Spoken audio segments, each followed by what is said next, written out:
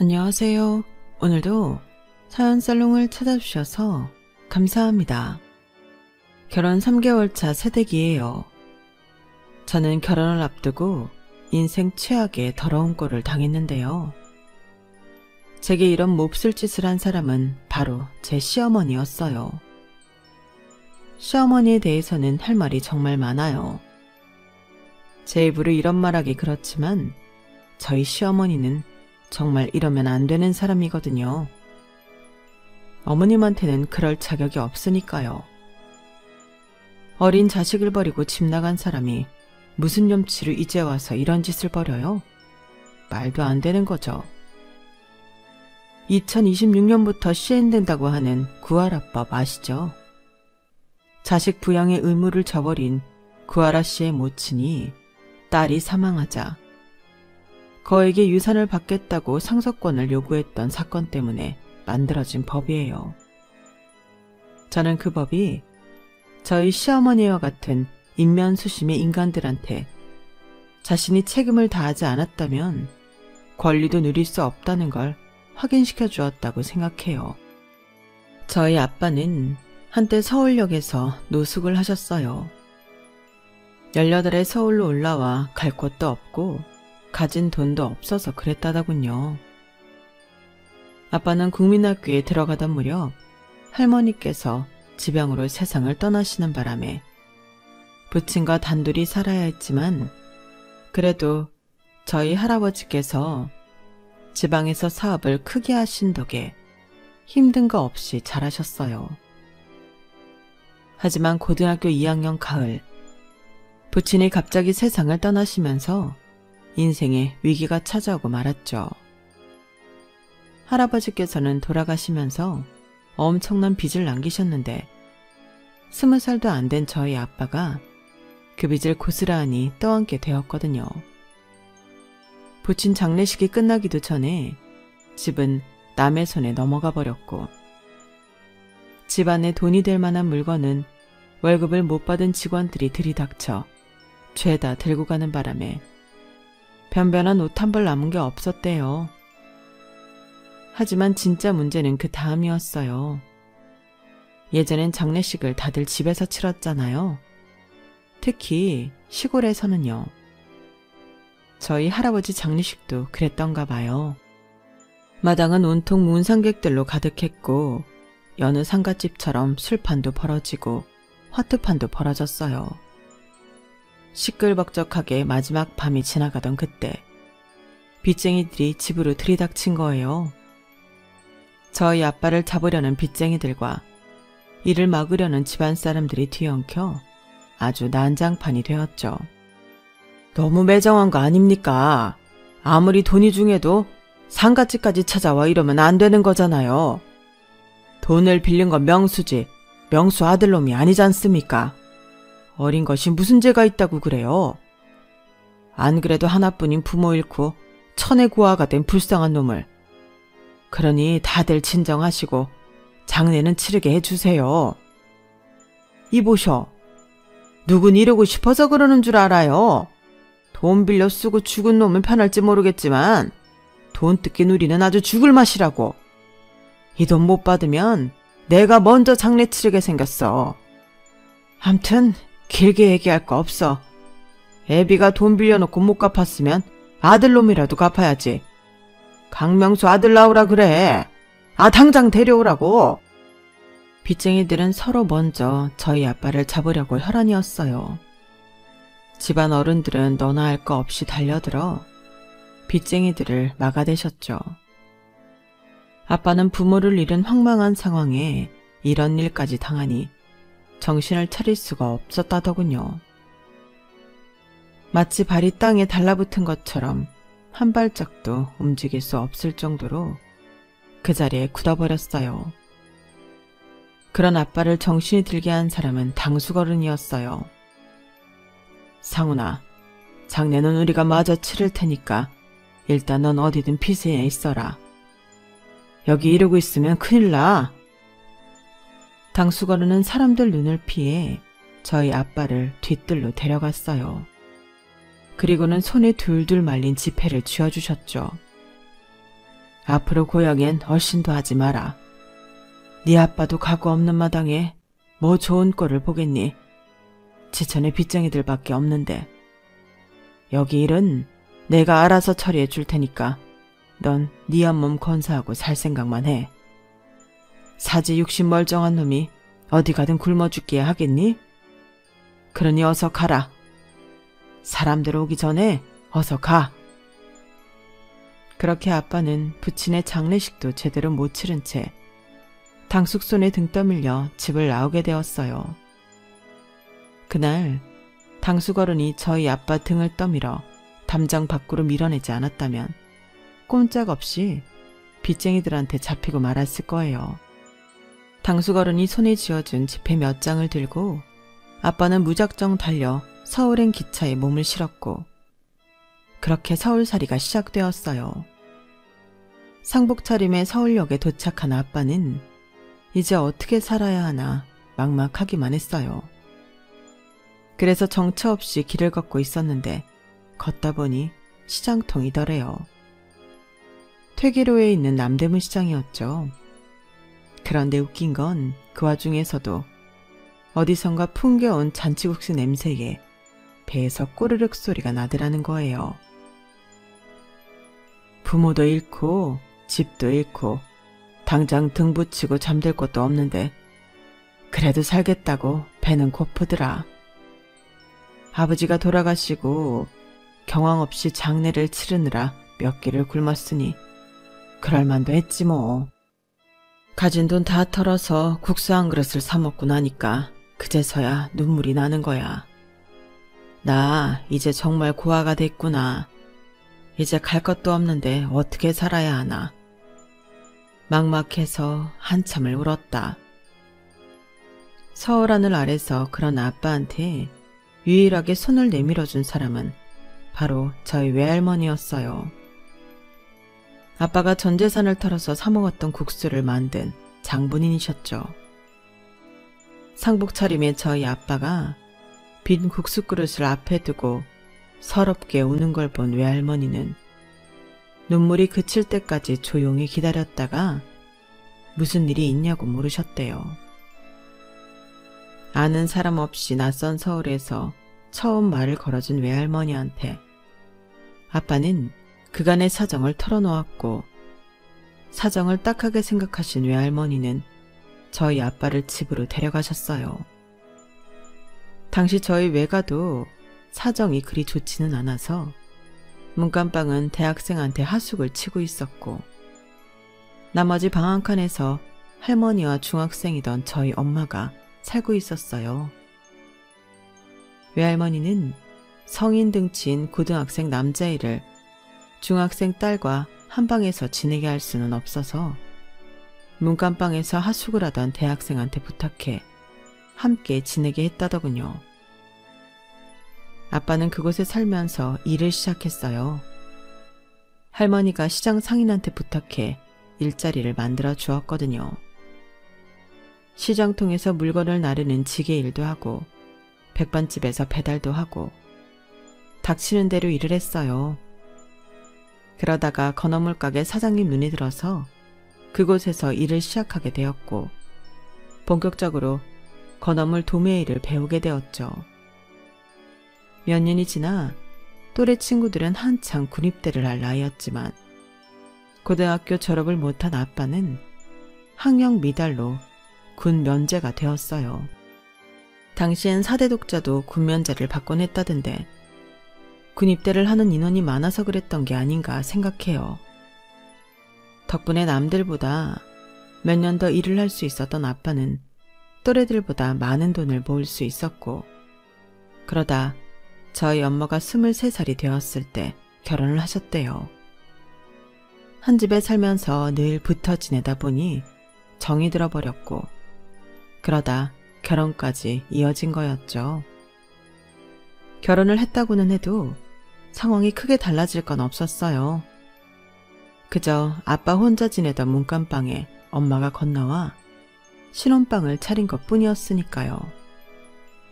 시장에서는 다들 저희 아빠를 외할머니 아들로 알고 있었는데 뒤늦게 아들이 아닌 사위라는 걸 알고는 다들 놀라더래요. 워낙 두 분 사이가 모자지간처럼 살갑고 친해서 아들이든 사위든 별 상관은 없었지만요. 그렇게 신혼생활을 이어가던 어느 날이었어요. 시장통에서 아빠가 고등학교 동창을 만난 거예요. 시골 동네에서 같이 나고 자란 탓에 국민학교부터 고등학교까지 함께 다닌 사이라서 오랜만에 만났음에도 서스럼 없이 대화를 나눌 수 있었죠. 그런데 그 친구를 통해 어이없는 얘기를 듣게 된 거예요. 네 아버지 장례식 날 난리가 나고 한 석 달쯤 지나서였나? 니네 오촌 당숙이 경찰에 잡혀갔잖아. 네 아버지 장례 치를 때 왔던 빚쟁이들 있잖아. 그놈들이 다 네 당숙이 돈 주고 부른 놈들이라지 뭐냐? 네 아버지 회사 돈 빼먹은 걸로도 모자라서 집까지 먹으려고 그 쇼를 벌인 거라던데. 니는 여지 그것도 모르고 살았냐? 아이고야. 암튼 언제 한번 고향에 가봐. 당숙이 빼돌린 돈이랑 지문서 너희 막내 할아버지가 챙겨가셨으니까.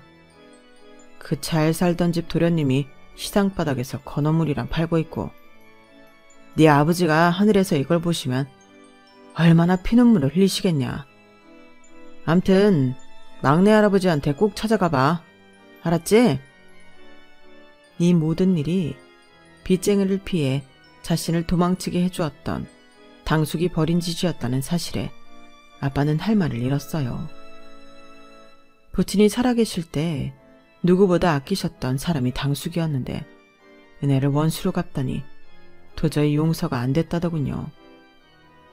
당숙네 집은 친척들 중에서 형편이 제일 안 좋아서 학교도 저희 증조할아버지가 대신 보내주시고, 저희 할아버지가 사업을 물려받으신 이후엔 당신 밑에 두고 보살피셨거든요. 은혜를 원수로 갚아도 그렇지 어떻게 이럴 수가 있는 건지. 아무튼 고향 친구로부터 그 사실을 전해 들은 아빠는 다음날 아침 일찍 고향으로 내려가셨어요. 돈을 받으려고 급하게 고향으로 가신 건 아니고 장례도 미처 마치지 못하고 온 데다가 빚쟁이들 무서워서 부친이 묻혀있는 선산에도 한번 못 가봤던 게 마음에 걸려서 그러셨대요.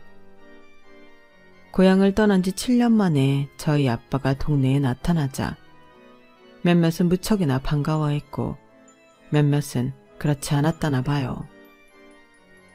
당숙한테 돌려받은 저희 할아버지 재산과 집을 대신 맡고 있었던 막내 할아버지 댁은 그 후자였어요. 연락 한번 없다가 갑자기 돌아와서 돈이랑 집을 내놓으라고 하니 참. 내가 안 주겠다는 건 아니지만 어느 정도 말미는 줘야 할 거 아니냐. 당장 집은 또 어떻게 비워줘야 하나 모르겠네. 네 살던 집은 우리 충식이가 결혼해서 살고 있는데 집주인 돌아왔다고 집 비우라고 할 수는 없는 노릇 아니냐. 막내 할아버지, 그러시면요, 그 집 충식이한테 사라고 하세요. 제가 시세보다 싸게 팔 테니까요. 아빠는 그래도 집안 사람이고 해서 시세의 절반만 받고 팔 생각이었다는데 막내 할아버지는 그마저도 거절을 하더래요. 돈은 당장 못 준다고 하면서 언제 준다는 약속도 없고 말이죠. 7년 전 세상 물정 모르던 아빠였다면 그 길로 그냥 돌아왔을지 모르겠지만 이미 시장바닥에서 닳고 닳을 정도로 험한 꼴을 다 보며 생활했던지라 막내 할아버지가 무슨 생각을 하는지 뻔히 알고 있어서 그냥 돌아올 리 없었어요. 그래서 종이부터 꺼내들고 차용증과 각서를 쓰게 하셨어요. 거기에 지장 날인까지 하고 동네 이장님까지 불러서 인증까지 서게 하셨어요. 그 내용은 다음과 같았어요. 집은 반값에 사든 아니면 반년 안에 비워주시고 돈은 가지고 있는 땅으로 대신 가름하겠다는 내용이었죠. 저희 아빠를 세상 물정 모르던 예전의 부잣집 도련님으로 생각하고 얼렁뚱땅 돈과 집을 날로 먹으려던 막내 할아버지는 360도 변해버린 저희 아빠를 보시곤 무척이나 놀라시더래요. 그 집 자식들도 마찬가지였고요. 당연히 저희 아빠가 받아야 하는 것들인데도 그 집 식구들은 마치 저희 아빠가 자기네 집과 돈을 훔쳐가는 날강도처럼 취급을 하셨어요. 그런 취급에 더 화가 난 아빠는 안 보고 살 각오를 하고 강하게 나가셨고 결국 1년 만에 돈 대신 농가 밭으로 돌려받으셨어요. 집은 작은 할아버지 아들한테 세를 놓는 걸로 마무리 지었고요. 당연히 받아야 하는 집과 돈이었지만 이후로 아빠는 막내 할아버지와 그 자식들로부터 엄청난 욕을 먹어야 했어요. 그래서 결국 몇 년 지나지 않아 땅과 집까지 팔아버리고 고향의 발길을 끊으셨죠. 언젠가 아빠가 그러시더라고요. 그 일이요 사람이 무서워졌다고요. 특히 가족이라고 믿었던 가까운 사람들은 더더욱이요. 그때까지만 해도 아빠가 느꼈던 그런 심정을 먼 훗날 저와 제 남편이 똑같이 느끼게 될 줄은 몰랐어요. 남편과 제가 처음 만나게 된 건 대학을 졸업하고 직장 생활을 2년 정도 했던 때였는데 남편을 제게 소개해준 친구가 그런 얘기를 하더라고요. 사람은 참 좋은데 솔직히 배경은 별로라고요. 대학 시절부터 소개팅 한번 해본 적이 없는 모쏠인 저한테는 착한 남자가 연애 상대로 딱일 거라더군요. 연애는 착한 남자랑 하고 결혼은 돈 많은 남자랑 하는 거라잖아. 그러니까 일단 이 사람이랑 연애부터 해봐. 내 남친 고등학교 동창인데 성격도 좋고 공부도 꽤 잘했다더라고. 하긴 그러니 공기업에도 들어갔지. 암튼 잘해봐. 한마디로 친구는 제게 제 남편을 연애 테스트 상대로 소개해준 거였어요. 아무리 그래도 그렇지 사람을 어떻게 그렇게 테스트용 취급을 하나 싶어 마음이 불편했어요. 그래서 소개팅을 취소할까 했는데 그러지 못하겠더라고요. 소개팅 며칠 전부터 문자로 연락해 제가 오고 가기 편한 지역은 어딘지, 혹시 못 먹는 음식은 있는지 세세하게 물어주는 모습에 일단은 어떤 사람인지 만나보고 싶다는 생각이 들었거든요. 그래서 나간 소개팅 자리에서 저는 영화에서나 나오는 장면을 경험했어요. 카페에서 저를 기다리는 남편을 본 순간 남편 등 뒤로 빛이 발광하는 느낌을 받았거든요. 그리곤 바로 이 사람이 내 남편이라는 생각을 하게 되었어요. 보자마자 마음이 동했으니 결과야 뻔했죠. 남편은 지금껏 제대로 연애를 해보지 못해서 자신이 많이 서툴 거라며 쑥스러워했어요. 그러면서도 어떻게든 만남을 이어가려고 노력하는 모습이 그렇게 예쁠 수가 없었죠. 눈에 콩깍지가 꼈는데 뭔들 안 좋아 보였겠어요. 그렇게 한 2년 연애를 하는 동안 시아버지께 인사도 드리고 생신과 어버이날도 챙겨드리곤 했어요. 하지만 이제 막 결혼 얘기가 오고 갈 무렵 아버님은 세상을 떠나셨고 둘째 남편은 고아가 되어버렸어요. 장례식장에서 만난 친척분들을 통해 남편의 친모가 살아있다는 얘기는 얼핏 들었지만 서운하게도 남편은 자신의 입으로 친모에 대한 얘기를 해주지 않았어요. 그러다 술에 취해 친척분이 남편의 친모를 욕했는데 물론 옆자리에 있던 다른 친척이 얼른 입을 막기는 했지만 저도 남편도 그 말을 다 듣게 된 거예요. 그 일 때문인지 장례가 끝나도 며칠 뒤 남편이 장례식에 와줘서 고맙다고 하더라고요. 그러면서 자신의 어머니에 대한 얘기를 꺼냈어요. 난 7살 때부터 아빠랑 단둘이 살았어. 부모님이 사별을 한 건 아니고 아빠 말로는 엄마가 집을 나가신 거라고 하더라고. 남편이 아버님께 전해들은 말에 따르면 어머님이 아버님한테 정이 떨어져서 집을 나간 거래요. 정확한 건 아니고 아버님이 그렇게 말씀하셨던 거죠. 자세한 설명 없이 그렇게 얼머무려 말씀하신 데다가 당시에 제 남편이 너무 어려서 상황을 제대로 파악할 수 없었거든요. 아버님마저 돌아가신 상황이라 이제는 그 이유를 영영 알 수 없을 거라고 생각했는데 생각지도 못한 상황에 어머님이 나타나신 거예요. 장례 끝난 다음 날이었나? 모르는 번호로 전화가 걸려왔어. 처음엔 말도 않고 숨소리만 들리길래 보이스피싱인 줄 알고 끊으려는데 갑자기 내 이름을 부르더라고. 우는 목소리로 나를 부르는데 단번에 알겠더라. 아, 이 사람이 우리 엄마구나 하고. 그렇게 25년 만에 모친과 통화를 하게 된 남편은 선뜻 보고 싶다는 말조차 차마 하지 못했대요. 먼저 만나자고 얘기를 꺼낸 건 시어머니 쪽이었어요. 그래서 말인데 약속 장소에 나랑 같이 좀 나가줄래? 혹시라도 내가 너무 감정이 격해지거든. 자기가 옆에서 날 좀 말려줘. 그때는 그 말이 정확히 어떤 의미인지 몰랐어요. 어렴풋이 그저 자신과 아버님을 버리고 떠난 엄마에 대한 악감정 때문에 감정이 폭발하는 걸 말려달라는 의미로 알아들었거든요. 그런데 막상 당일이 되고 나니 제가 완전 반대로 생각했다는 걸 알겠더라고요. 남편은 어머님이 너무도 그리웠던 거예요. 오래된 그리움과 야속함, 그 밖에 여러 가지 감정들이 복합적으로 휘몰아쳐서 평소와 달리 많이 긴장하고 떠는 모습이 보였어요. 그래서 조용히 손을 잡아주었죠. 모자 상봉자리에 삼자인 제가 함께 나타나자 어머님은 살짝 놀라는 눈치였어요. 아무래도 남들한테 내놓기 힘든 얘기도 있을 테니 제 존재가 살짝 부담스러우셨을 거예요.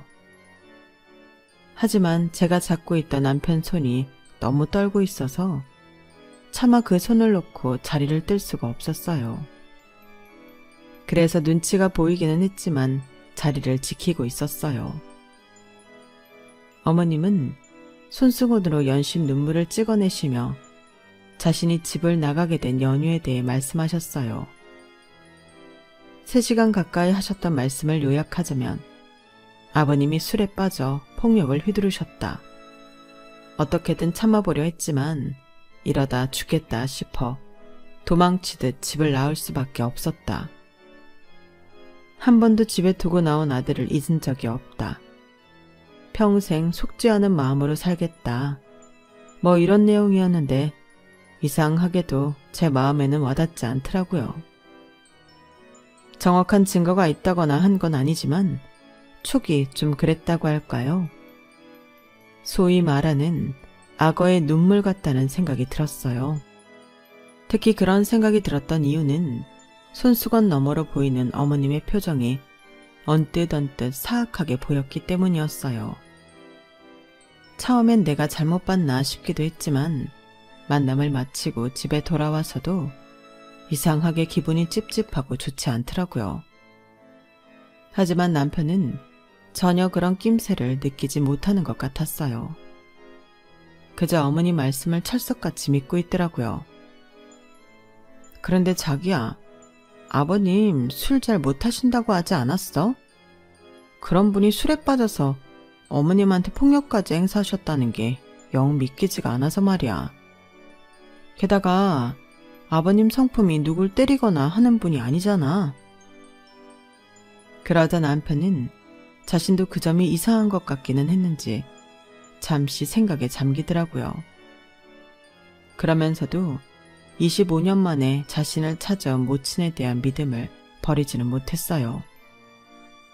아버님이 돌아가시기 전부터 결혼 얘기는 나오고 있었고 원래 계획이 내년쯤 식을 올리는 거였기 때문에 장례가 끝나고 몇 달 지나고부터 바로 결혼 준비에 들어갔어요. 그러다 보니 어머님과 만나게 되는 일도 잦아졌죠. 아무리 자식과 남편을 버리고 집을 나간 사람이라곤 하지만 그래도 모르면 모를까 이미 만나서 인사까지 한 사이인데 시어머니 대접을 안 할 수도 없었어요. 그래서 예단 문제는 어떻게 해야 하나 친정엄마란 한 걱정을 하고 있었는데 시어머니가 전화를 하셨더라고요. 저희 회사 쉬는 날 만나자고요. 한 번은 만나서 이런저런 상의를 해야 할 것 같아서 알겠다고 말씀드리곤 며칠 뒤 약속 장소인 명동의 모 백화점 앞으로 나갔어요.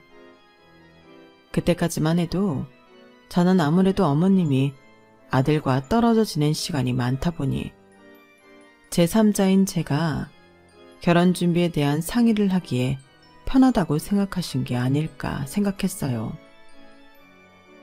아들과 25년 만에 상봉하던 그 자리에서 연신 눈물을 흘리시던 모습을 떠올려 봤을 때 자식을 버리고 떠난 거에 대해 죄책감을 느끼는 것 같았기에 최대한 마음 편하게 해드려야겠다 생각했어요. 그런데 막상 만나보니 제가 생각했던 것과는 전혀 다른 상황이 펼쳐진 거예요. 약속 장소에 15분 먼저 도착한 저는 어머님이 택시에서 내리시는 걸 보고 그쪽으로 달려갔어요. 그랬더니 어머님이 저를 보자마자 뭐라고 하셨는지 아세요? 너네가 왜 그 모양이니? 그 말에 저는 잠시 할 말을 잊었어요. 제가 약속 시간에 늦게 온 것도 아니고 어머님이 택시에서 내리시는 걸 보고 바로 달려왔는데 뭐가 마음에 안 드셨던 걸까 생각했거든요.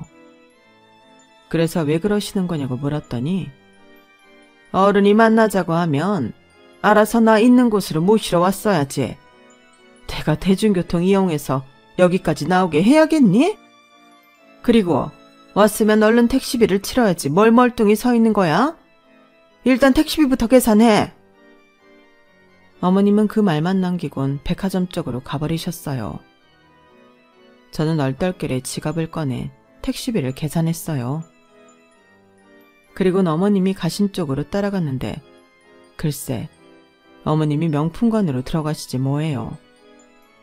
왜 그쪽으로 가실까 의아하긴 했지만 일단 따라 들어갔어요. 그랬더니 명품숍을 두리번거리시면서 뭔가 찾고 계시더라고요. 이상하다. 왜 그 브랜드가 없지? 얘, 에르메스 매장 좀 찾아봐라. 내가 거기에 받은 게 있는데 너도 봐야 예단 준비할 때 번거롭지 않을 거 아니니? 네? 예단 준비하는데 왜 에르메스를? 어머, 얘 좀 봐. 넌 그럼 예단으로 애들이나 들고 다니는 싸구려 백이나 해올 생각이었니? 아니, 내 아들이 뭐가 부족해서 내가 며느리감한테 그깟 에르메스 백 하나 요구를 못해? 너 지금 내가 자식 버리고 집 나간 애미라서 시애미 취급도 안 하겠다는 거니? 말해봐. 그런 거냐고? 아니에요. 그런 게 아니라 에르메스 백은 아무나 못 사는 거라서 그래요. 저는 그런 명품을 들어본 적이 없어서 구매 이력도 없거든요. 그리고 명동 본점엔 에르메스 매장은 없는 걸로 알고 있어요. 얘가?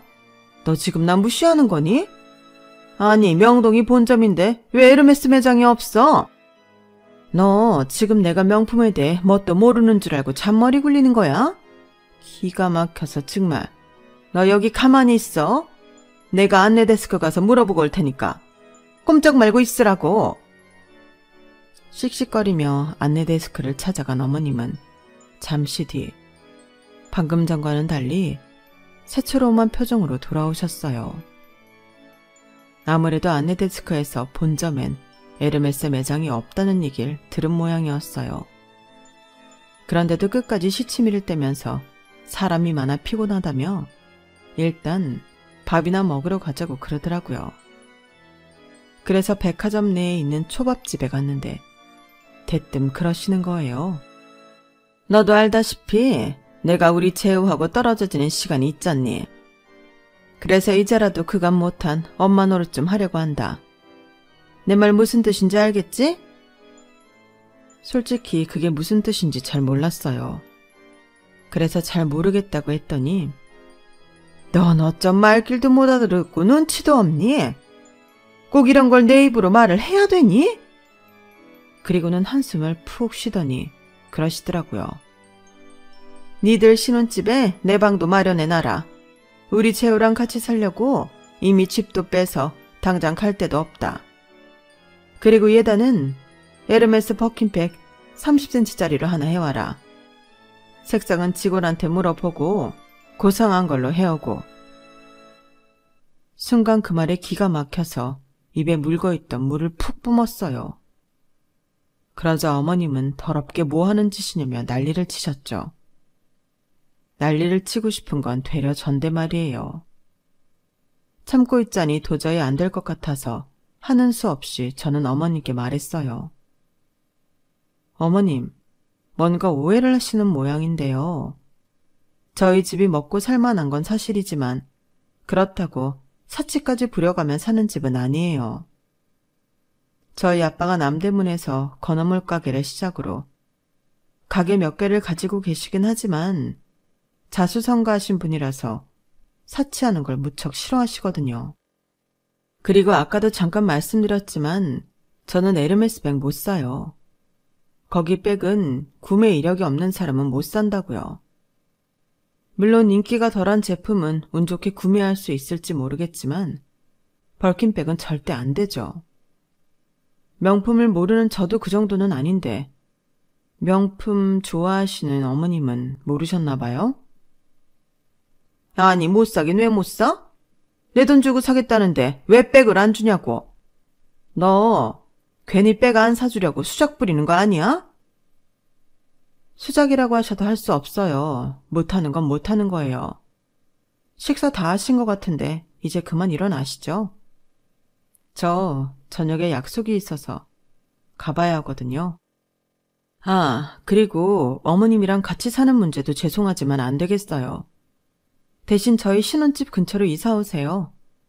그럼 그이랑 자주 볼 수 있을 테니까요. 어머님, 그럼 저 먼저 일어나겠습니다. 제가 계산은 하고 갈게요. 그렇게 저는 먼저 식당을 나왔어요. 나오면서 제 뒤통수에 대고 어머님이 욕설을 퍼부으셨지만 그 자리에 조금만 더 있다간 내 입에서도 욕이 나올 것 같아서 서둘러 자리를 피했어요. 그날 밤 홍대에서 남편과 남편 절친인 상준 씨를 만나기로 약속이 돼 있어서 저는 홍대로 향했어요. 약속 장소에 도착해보니 두 사람이 먼저 와 있더라고요. 미리 주문해둔 맥주와 안주가 막 나오길래 저는 남편 몫의 맥주를 뺏어서 벌컥벌컥 마셨어요.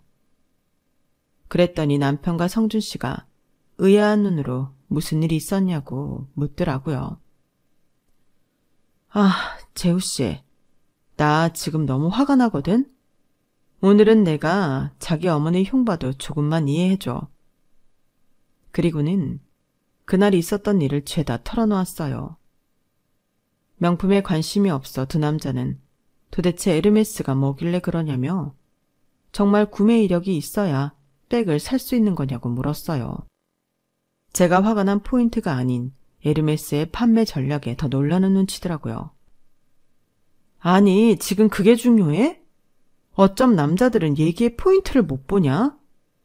게다가 어머님이 우리 신혼집에서 같이 사시겠다잖아. 그래, 알았어. 그 문제는 내가 엄마한테 잘 말해볼게. 자기 말대로 근처로 이사 오시라고 하면 되지. 그리고 아까 엄마한테 전화 왔었는데 집 계약 문제 때문에 잠깐 임시 거처에 머무시나 봐. 불편할 게 그러실 거 뭐 있냐고 지금 나 사는 집으로 들어오시라고 했어. 계속 같이 살겠다는 건 아니고 우리 결혼 전까지만 같이 지내보려고. 그 정도는 이해해 줄 수 있지? 그거야 뭐 어쩔 수 없이. 대신 신혼집에서 같이 사는 건 안 돼. 알았어. 근데 자기 전화 온 모양인데 받아봐. 액정을 보니 시어머니였어요. 낮에 당한 게 있어서 이번엔 남편도 같이 들으라고 일부러 스피커폰으로 전화를 받았어요. 나다. 넌 어떻게 된 애가 승질머리가 그 모양이니? 아, 됐다. 길게 말할 거 없고 내일 낮에 나 있는 대로 좀 와라. 재우 집으로 짐을 옮겨야 되는데 옷가방이 많아서 혼자는 못 나르겠어. 참, 올 때 힘 좀 쓸 수 있는 남자애도 하나 데리고 와라. 네 친구를 데려오든 사촌을 데려오든 누구든 데려와. 그럼 재우 씨한테 말해서 같이 갈까요? 아니다. 여관방에서 지내는 거 내 아들한텐 보이기 싫어. 그러니까 너 아는 남자애 하나 데려와. 젊은 애로. 힘 좀 써야 되니까. 알았지? 그럼 네 번호로 주소 보내마. 저한테는 막대하시지만 그래도 아들한테 자신의 구질구질한 모습을 보이기 싫어하는 걸 보니 엄마는 엄마다 싶었어요. 그래서 남편은 이번 통화를 못 들은 걸로 하기로 하고 남편 절친인 상준 씨가 같이 가주기로 했어요. 주소지대로 가보니 모텔이더라고요. 주말이라 그런가 주차장에는 정말 투숙한 투숙객차로 가득해서 차를 인근 도로에 세워두고 객실로 올라갔어요. 그런데 방문을 두드려도 대답이 없더라고요.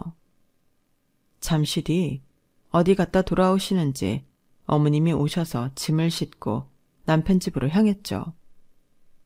가는 길에 상준 씨는 근처 전철역에 내려주었고요. 그런데 이 일이 나중에 엄청난 사건을 몰고 올 줄 그때는 몰랐어요. 상견례를 끝으로 결혼 준비를 얼추 마치고 자잘한 문제들을 정리하고 있던 어느 날 아빠가 가게로 저를 부르시더라고요. 그리고 모처럼 남대문 시장에 가서 냉면이랑 칼국수를 먹자고 하셨어요. 남대문 시장에 자주 가시는 분들은 아시겠지만 남대문 시장 안에 냉면이랑 칼국수, 꽁보리밥을 파는 골목이 있거든요. 한 메뉴를 시켜도 3가지 음식을 다 내주는 골목인데요. 어릴 땐 엄마 아빠 손을 잡고 거기에 자주 가곤 했어요. 특별히 맛이 있는 건 아닌데 저렴한 가격에 3가지 음식을 다 먹을 수 있어서 저희 아빠가 무척 좋아하시는 곳이었죠. 지금은 남대문에서 하던 가게를 접고 타 지역으로 온 지 오래되어서 가끔씩 큰맘 먹고 찾아가곤 했어요. 결혼을 앞두고 아빠랑 단둘이 먹으러 오니까 기분이 새롭더라고요. 뒤에 손님이 연달아 오는 바람에 개눈 감추듯 후딱 먹고는 소화를 시키려고 옥상 정원을 걸었는데 아빠가 무거운 표정으로 그러시는 거예요. 지아야, 너 만나는 사람 있니? 그게 무슨 소리야? 만나는 사람이야 당연히 있지. 곧 있으면 아빠 사위 될 재우씨. 근데 뜬금없이 왜 그런 걸 물어? 아니, 재우 말고 다른 남자 있냐고.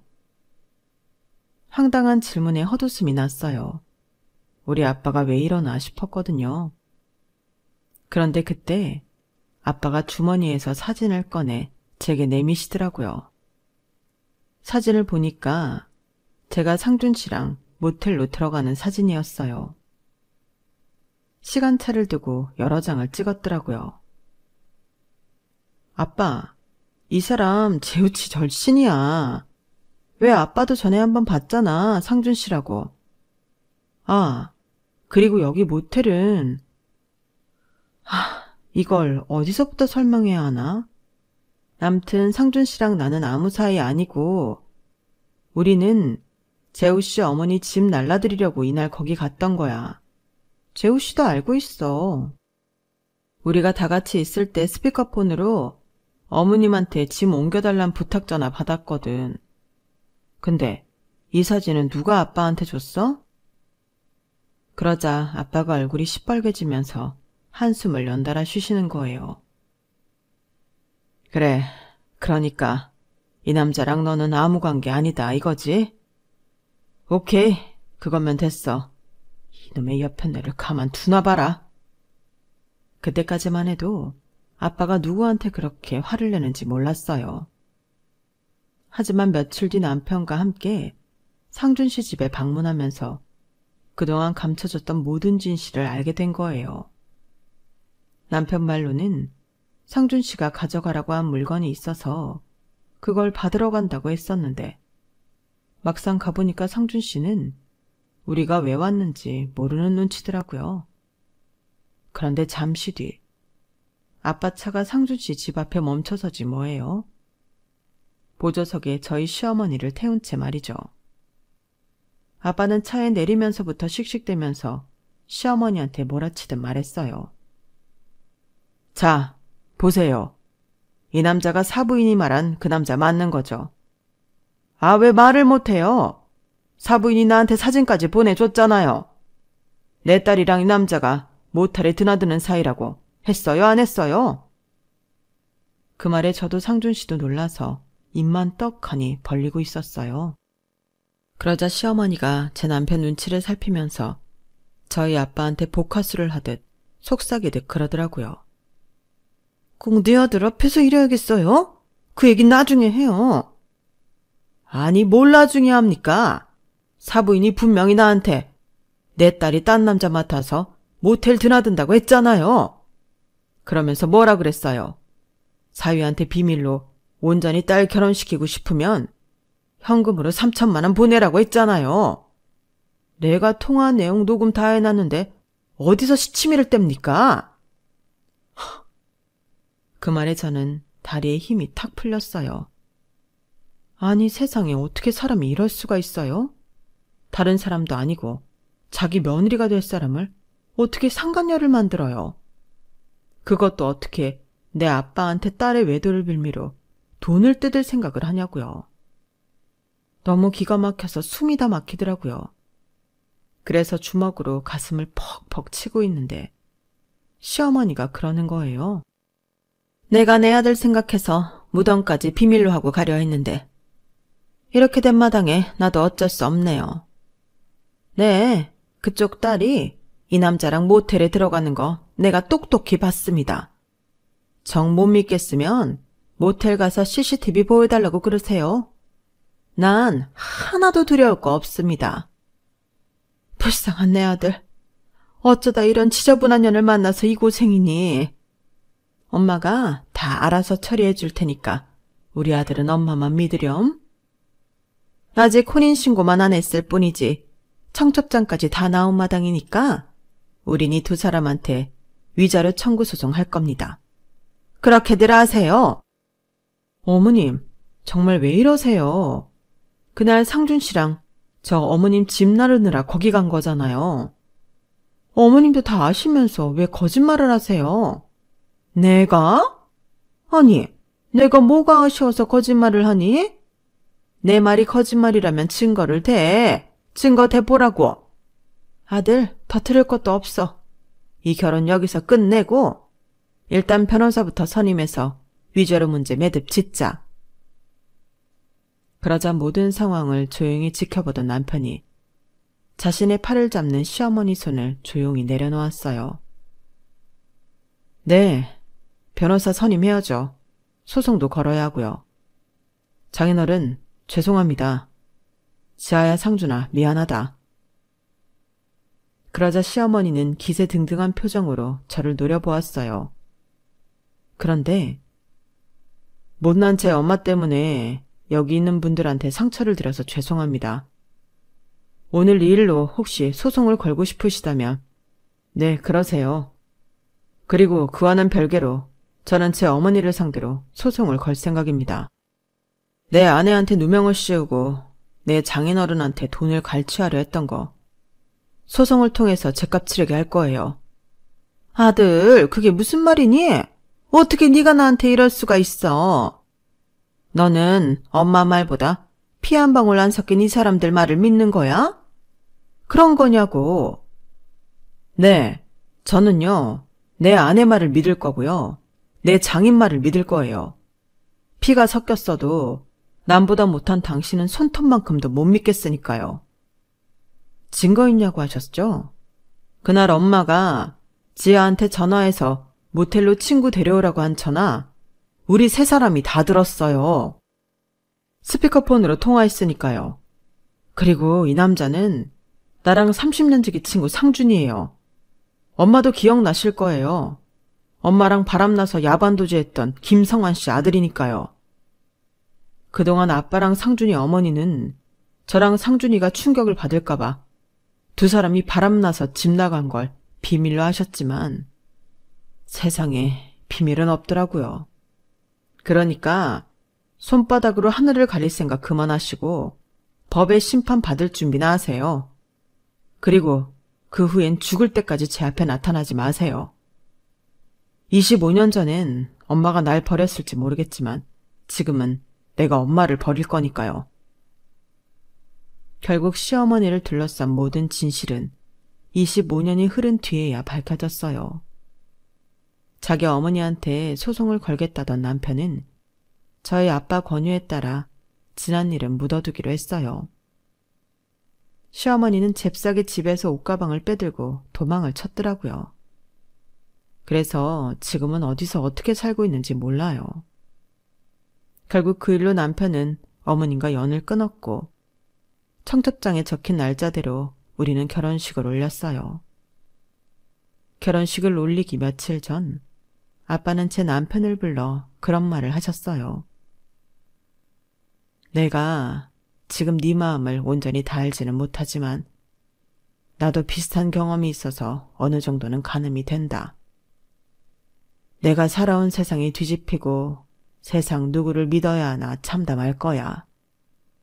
그런데 재우야, 가족이라고 해서 네 마음에 상처를 입혀가면서까지 지킬 필요는 없다. 너무 매정한 소리라고 할지 모르겠지만 남의 가슴에 상처를 입히는 사람은 용서받을 자격도 없고 누군가의 마음을 받을 자격은 더더욱 없어.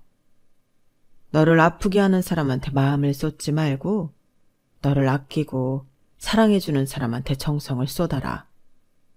그래야 네가 행복해져. 아휴, 가여운 놈. 그날 남편은 저희 아빠 품에 안겨 한참을 울었어요. 그렇게 비슷한 상처를 가진 처지라 그럴까요? 아빠랑 남편은 마치 부자지간인 것처럼 얼마나 사이가 좋은지 몰라요. 주말엔 같이 사우나도 다니고 가끔은 1박 2일로 둘이서만 낚시도 다니곤 한다니까요. 딸을 사위한테 뺏긴 게 아니라 딸한테 사위를 뺏은 격이죠 뭐.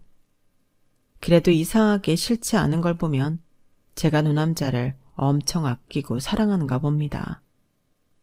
앞으로도 두 사람이 끈끈한 장인 사위 관계로 살아가길 바랄 뿐이에요. 지금까지 제 사연을 들어주셔서 감사합니다. 좋은 가족분들과 따뜻한 마음으로 살아가고 계시길 바라며 항상 행복하세요. 여러분, 사연 댓글에 응원과 현명한 조언 부탁드려요. 좋아요와 구독은 저에게 큰 힘이 됩니다. 오늘도 좋은 일 가득하세요.